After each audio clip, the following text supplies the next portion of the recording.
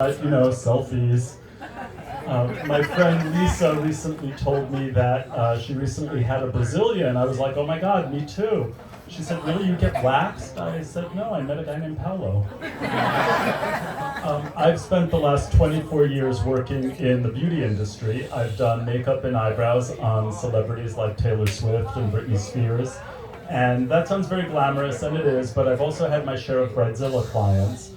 And Bridezillas love the word fiancé because it sounds so much like finance me. True story, one lovely lady came to me for a makeup trial for her wedding, and she said, make me look perfect, but don't use any foundation, concealer, eyeshadow, blush, or lipstick. That's like me saying, make me happy, but don't use any pizza, puppies, or porn. She went on to tell me that she's been to 60 different makeup artists, 60. And no one could satisfy her. I said, someone is actually marrying you? Another client showed up at my studio for a brow appointment, all upset because on her way to the studio, a homeless man called her a bitch. I said, oh my God, how did he know you? Then there was the client who told me that her ex-husband wants to have a threesome with her and his new younger girlfriend. I don't know what to tell him, Ramy. I don't know what to tell him. I said, tell him you can't have your cake and eat me too. Because of what I do for a living, people are coming up to me all the time and asking me about their eyebrows. How do my eyebrows look? What do you think of my eyebrows? I'm just glad I'm not a proctologist. There's nothing like a near-death experience to make you think about reincarnation. I used to believe in reincarnation in my previous life, but not anymore. 4 years ago, I had an accident where I was run over by a delivery guy on a moped, and I had a head trauma.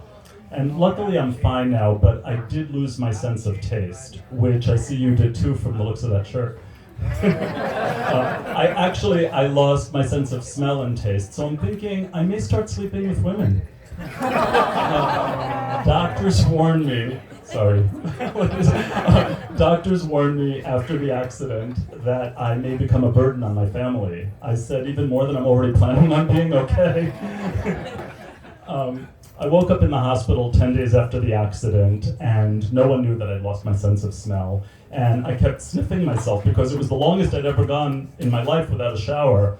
And I thought, wow, my deodorant is amazing. I'm going to write Degree a letter when I get home. And I seemed to be out of the woods. About 10 months later, I was out to dinner with my then boyfriend of 3 months. And I asked him, do people ever call you Tom, or is it always Thomas? And he said, my name is Martin. I'm like, so no? I ran back to the doctor for a brain scan, and the doctor came rushing into the room while I was still attached to the machine, and he said, your brain is perfectly normal. I said, are you sure this thing is on? Needless to say, I've started dating again. I had a first date this week with a guy who told me that he works in the film industry. Ooh. It turned out he was an extra in Mariah Carey's movie Glitter. Yeah, it went downhill from there. We met online, and in his pictures he looked tall, dark, and handsome.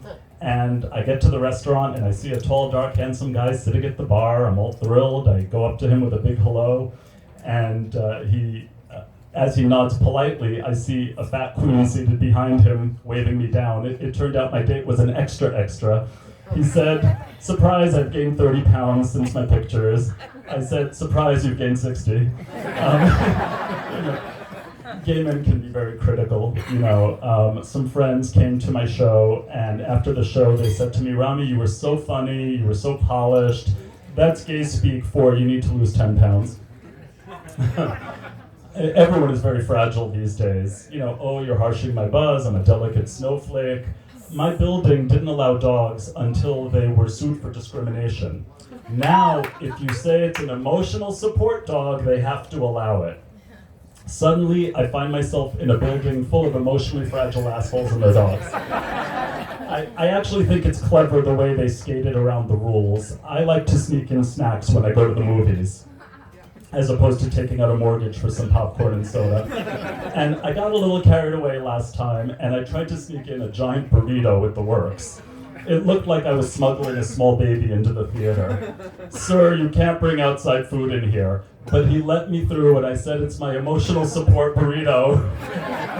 And I need an emotional support burrito once in a while because life can be tough. I've been single for so long that Kraft wants to name a cheese after me. I think one of the reasons I'm single is I never cared for doing 69. Everyone always wants to do 69, but honestly, I just never cared for the view. Ugh. You know? And I always say when you're having a dry spell, you can get really thirsty. When you're hungry, everything looks good.